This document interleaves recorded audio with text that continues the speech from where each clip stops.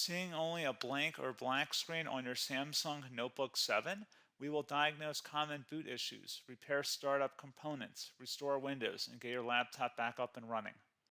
A lot of errors pertain to this problem, and we're going to go ahead and jump into what should hopefully be a pretty straightforward process, guys. And we're going to go ahead and jump right into it. First thing I'd recommend doing would be to actually go ahead and boot to the troubleshooting utility on Windows 11. So if you do a hard power off 3 times in a row, Windows should automatically attempt to launch the startup prepare utility. And if it doesn't find anything, it will give you the option to select advanced settings, in which case it will take you to a screen that looks like this. Now, if it does not take you to a screen that looks like this, or you're unable to get to that, you can also download the Windows 10 Media Creation Utility, or Windows 11. They probably will make a creation utility for Windows 11 at some point. And it doesn't really matter, you can actually run the Windows 10 utility on Windows 11 as far as I'm aware. And you should be able to run the troubleshooting utilities built in within it. So you just would go ahead and download it to an ISO file and then burn it to a DVD or USB. It'd have to be about 4 gigabytes or more. It couldn't be a small USB flash drive, and it couldn't be a CD. It'd have to be a DVD.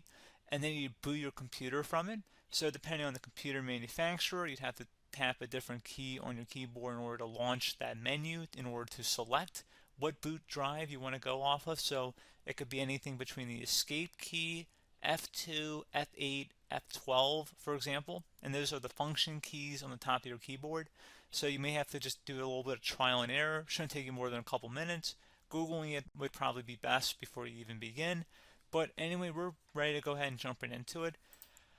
So we're on the choose an option page. So these will look very similar whether you're booting from it directly within Windows itself, or if you're plugged in a USB flash drive with the media creation utility installed and you selected the recovery option. So when you are setting up your Windows 11 installation or Windows 10, depending on the drive you're using, there should be an option to repair your computer in the bottom left corner of the dialog window, one of the first screens that comes up. You go ahead and select that, and then it would take you to a troubleshooting screen like you see here.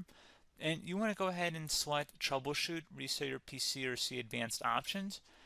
And then there are going to be a whole bunch of options in here that we're going to explore in today's video. The first one, we're going to actually go underneath advanced options, and then select startup prepare, fix problems that keep Windows from loading. So go ahead and select that first.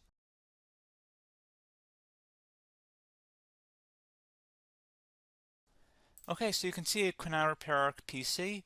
That was our first option we could try. Something else, if we go back into advanced options here, and then select troubleshoot, we're going to go underneath advanced options again. You can go ahead and actually access safe mode by selecting startup settings. And then if you select the restart button, you have the option on the screen, select safe mode with networking, which will give you a key on the screen. It'll tell you which key to press to enter that. I believe it's the F7 key. It'll do that for you. I'm not going to go over that in today's tutorial because I don't really want to go into safe mode, but you're more than welcome to attempt that by going into here and then selecting restart. Again, it'll launch another screen. It'll say what key do you want to press, and it'll give you like 7 or 8 different options, and you want to select safe mode with networking.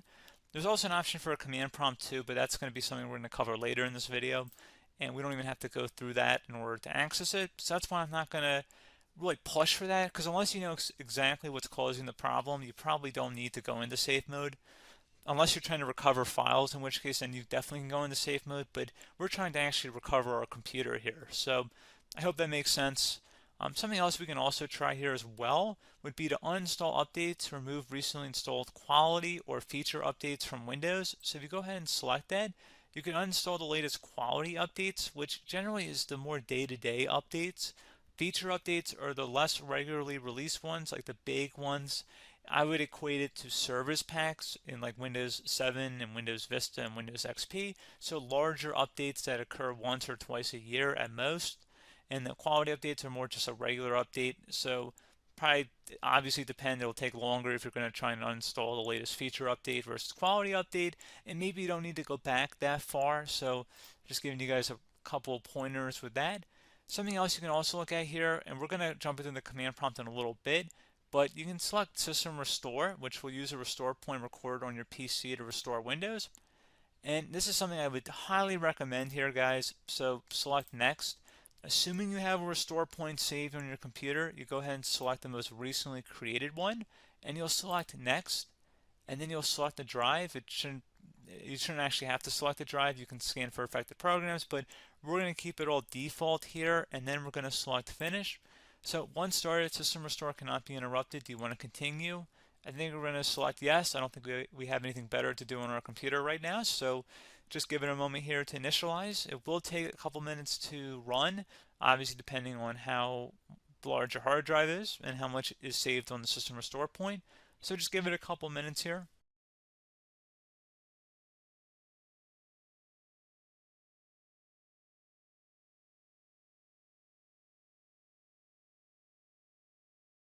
System has been restored successfully.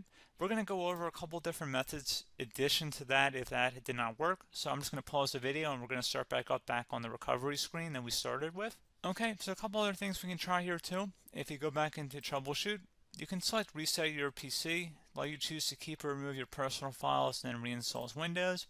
You can select to keep my files, which will remove apps and settings but keeps your personal files. You can also select Remove Everything, which will remove all of your personal files, apps, and settings. So this is more of a factory reset, the second option here. First option, it should not delete all of your personal files. However, it will pretty much clear most of your programs, and keep in mind, there's no guarantee that your information, number one, is even still available and easily recoverable on your computer to the point that you actually would be able to recover anything. And the second point is that there's always a chance that it won't actually recover and it will just do a factory reset anyway. So there's no guarantee that actually would keep your files anyway. So I would recommend trying to get a recovery tool and backing that up first before selecting it anyway. But again, those are a couple different options. And then something else you can try here if you go back to the choose an option. Another option, if you go underneath choose an option and select troubleshoot, advanced options, and now select where it says command prompt. Okay, so the first thing we should do is type our main hard drive here. In most cases, it should be the C drive. So you just do a C colon and then hit enter on your keyboard. So once you're underneath the C drive, we're going to type in dir and then hit enter on your keyboard. It should have program files, users, and Windows all in there. That's how you know you're in the right directory.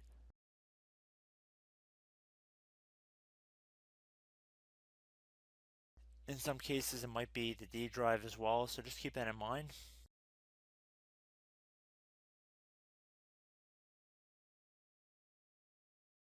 Next thing we're going to do is type in cd space / Windows / system32 / config,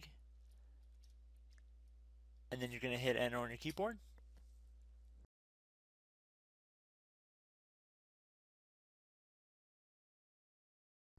So now you're going to type md space backup. If you've seen other tutorials, it might also say to put down md backup. That's because the backup name is pretty common when you want to back something up. So you can name this whatever you want, doesn't have to be backup. So if you've already made a backup folder in the past, you could do backup 1, for example. So once you're done setting the name you want the backup to be called, hit enter on your keyboard again.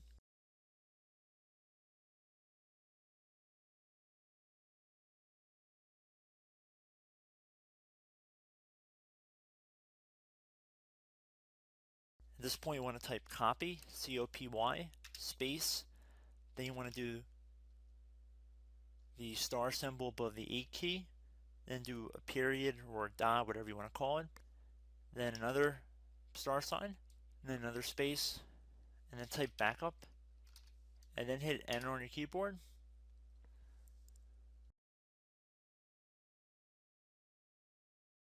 Now you want to type cd reg back, R-E-G-B-A-C-K,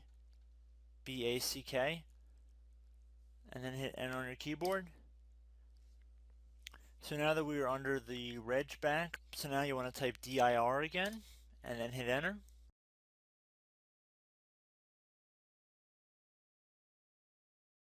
So now at this point we're going to type copy again. So copy, space, star sign, dot, another star sign, space, and then 2 dots. So we're going to type copy, space, $, dot, sign, $, dot, dot, and then hit enter on your keyboard again. So for overwrite, you want to overwrite all. So type A on your keyboard, so capital A, and then hit enter on your keyboard.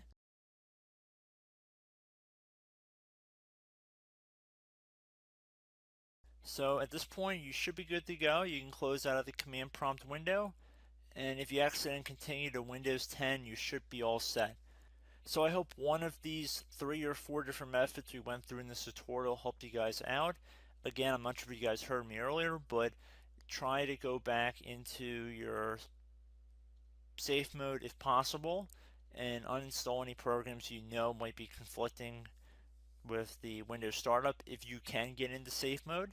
So just keep that in mind. Something very simple like that could be blocking up everything.